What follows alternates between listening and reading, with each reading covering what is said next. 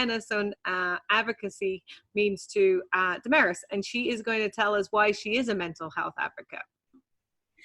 So I got diagnosed with depression and anxiety. I can't remember the exact year, but I was 19. I'm 27 now, so it's been a while. And my doctor, I remember she said after I got diagnosed that I always had an underlying sadness about me, but it never really came to fruition.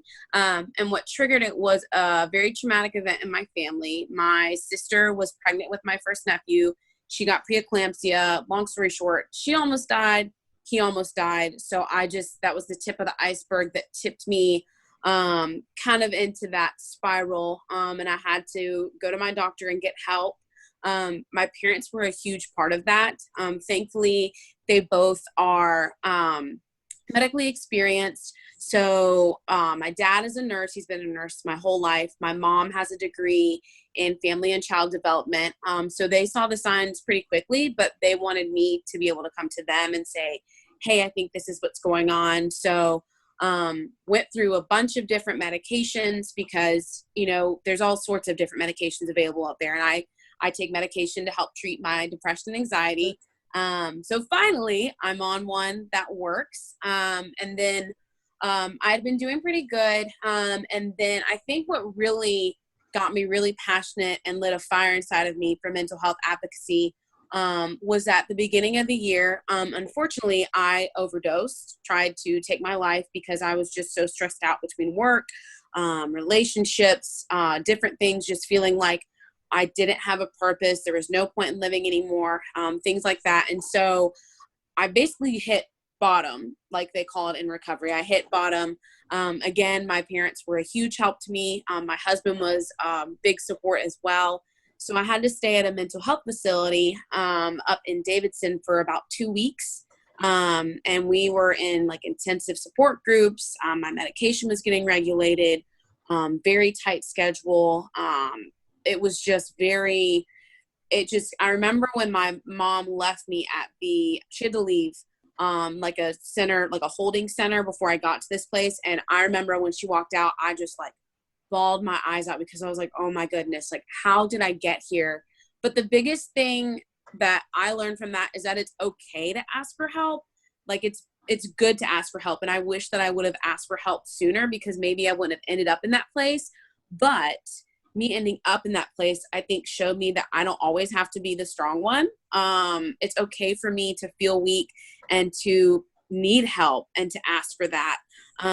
So I've just been basically focusing on my recovery, getting medications regulated, getting on a routine and a schedule, and just speaking up for people because I think a lot of times people feel as if they can't speak for themselves. Maybe they're embarrassed or they had a bad experience opening up to someone. And so I just really want people to know that they're not alone. And I was talking to a friend the other day and I told him, I said, honestly, if me making it through that, if the point of that was for me to share my story and save just one person from making that decision for themselves, maybe like help them continue living when they don't want to. I mean, it's worth it to me. So that's why I'm really passionate about mental health, and there's a huge stigma surrounding it. People think that like if you're happy all the time or you go and socialize, like, well, how can you have mental illness? Like I've had that, like people have asked me that before. And it's just one of those things. It's a chemical imbalance. It's something that it happens and you learn to cope with it and deal with it. And it's a beautiful thing when you have other people that rally around you who've gone through that same thing or something similar, because it builds a really, really great support system. And there's so many people I know who struggle with mental illness who have gone to do so many great things. Right. And that's what I want people to know is that they can accomplish greatness too. Right. Yeah. Just because you have just because you have diabetes does not make you a failure in life, right? Just because you have a heart condition does not mean you cannot achieve your goals. And I think sometimes, and we've been talking about this whole month, is that, the perception is that a mental illness is a completely different medical illness to everything else. But of course it isn't. It's just a medical illness you know, with a different organ. And I think that we forget that it's perfectly reasonable that we can expect recovery. And I think that that gets lost in the message sometimes. So you said that you were 19 when really this kind of all hit you. What were the signs that you noticed kind of going into this? What was it that you noticed yourself, but what did your parents specifically notice? Do you remember? Yeah, so I was, I started isolating. I'm what they call like introverted extrovert. So I'm with people as much as I can be, but sometimes I just have to recharge. I isolated myself. I was sleeping a lot more than normal. I wasn't eating.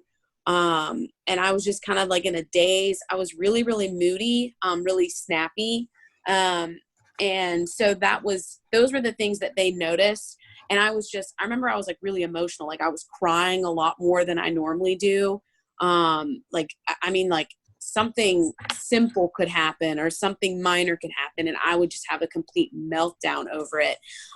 So that's what they noticed. And I remember my mom mentioned to me, she's like, I think you might be depressed. And I like lost it. I was like, no, there's no way. No. I'm fine. It's just some stress about my sister and and all this stuff. And then I remember a couple weeks later, I went to her and I was like, I think you're right. I need to go to the doctor because I don't like how I'm feeling. I don't like what's going through my mind. Like I need help because I can't keep living like this. Right.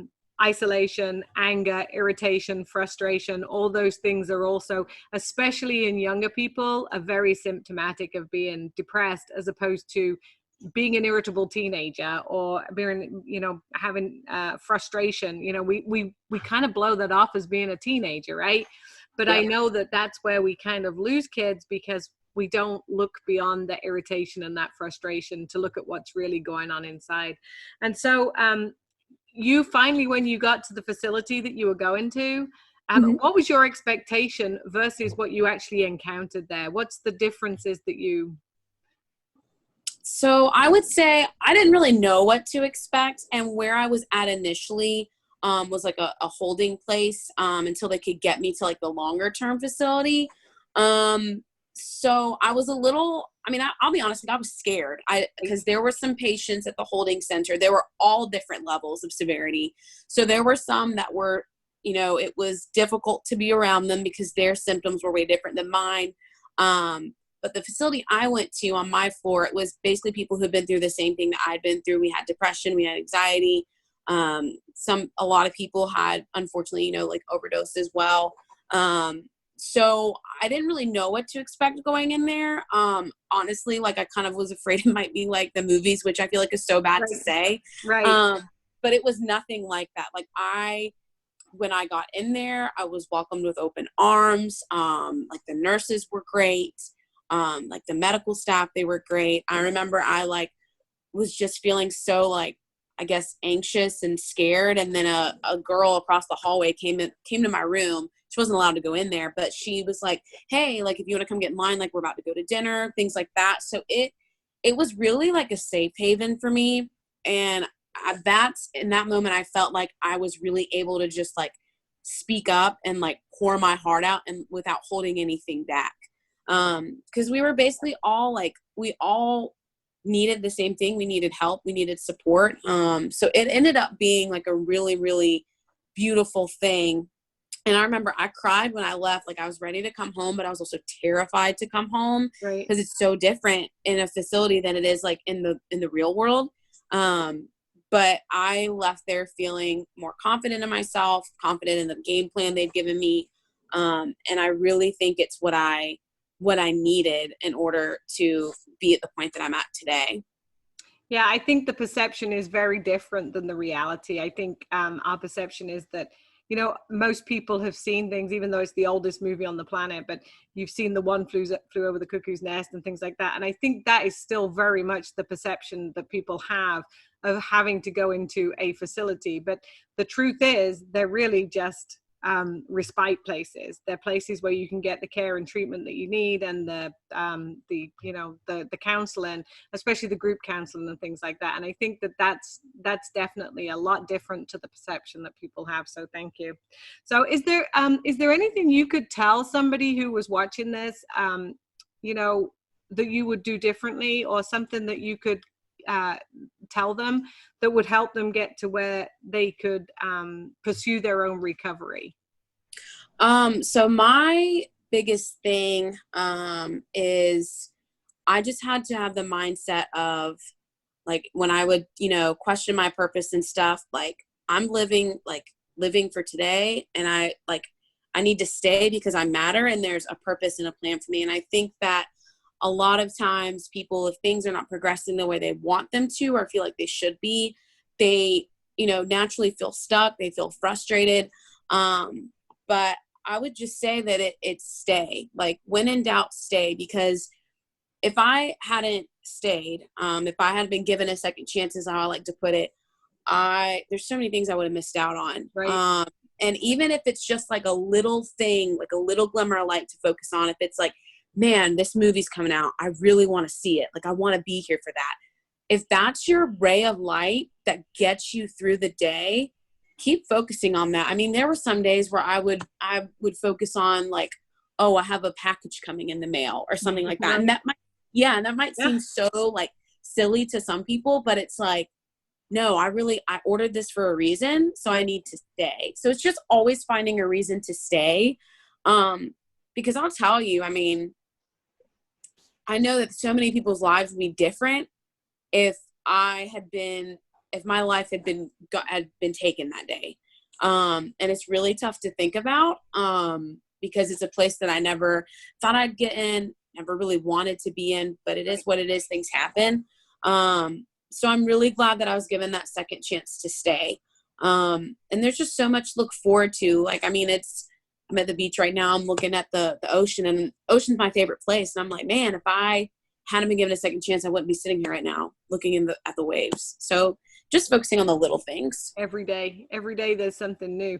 So very quickly before I let you go, I just want to speak to, you had said that you're on medication. And I do know that when we're talking about mental health, especially when we talk to the teenagers, they don't want to be on medication, but we try and tell them that, the first one might not be the right one. It may be a second one or a third one that you try. And sometimes the side effects can be distressing, but if you continue on, often those side effects will lessen, and it takes a little bit of time. So can you speak to just that piece of it? Yeah, sure. So when I first got diagnosed, I actually went through 6 different medications in 6 months. Right. And I will say that it would have been less if I had been honest with my doctor, like 100% honest, because there are some side effects that can come with it. Mine were the more extreme ones, like suicidal ideation, suicidal thoughts, things like that. And unfortunately, I wasn't as upfront with her as I should have been. So it's just be open to the fact that medication might help you. I mean, it's no different than someone needing insulin to help with their diabetes, different things like that. Medication is a good thing. It's not a bad thing. And it's frustrating that it might be trial and error. But I can honestly say, like, the medication that I'm on right now is wonderful. My doctor worked with me. I knew what to look out for. I knew what to communicate with her if something came up. And I remember when I was 19, I was like, I don't need medication. And then I was like, oh, I think I might. I mean, it's just, a little something to help you get through the day. Right. And it helps your mind and everything like that. And, the mind is so important. If the mind's not there, then the rest of your health isn't going to be there. So just give it a try. Keep open communication, and don't feel strange or odd for taking medication. I mean, you can ask my friends. I'm like, yep, I didn't take my medication today, and I can feel it, even though I'm consistent with it now. But yeah, it's so important. Do you have any other coping skills that you employ, like yoga or exercise, or is there anything else that you do regularly to keep yourself in a better place? Yeah, I exercise like all the time, like 5 days a week at least, with routines and stuff. I go outside, I go hiking, I listen to music, I go hang out with my friends, sometimes take trips by myself. That's something that I've discovered in the last couple of years really helps me. It's just kind of getting away by myself, because when you're by yourself, you're kind of, I don't want to say forced, but you have time to think about things and reflect on things. And it just, you have a sense of gratitude for life and stuff like that. And it's also like, it makes you, like, for me, it makes me feel really brave, and really strong when I travel by myself, I guess. Right. But yeah, I also like to cook and bake. Oh, good. My friends, my family, I love to cook and bake. And that's what I've been doing a lot of during quarantine is cooking and baking, because it's very therapeutic for me. Yeah. I just really like it. So that's good. So you've got the medication, you've been through some programs, and you also maintain your health and recovery by maintaining that medication and the exercise and the things that make you happy. And I think really that's not the recipe for success, right? But I think that those things can all be brought together, and when we're doing all those things, we have a better chance of recovery and success. So absolutely. Thank you so much for talking to me today. I really appreciate it. We shall hopefully see you soon. Perfect. Thank you so much.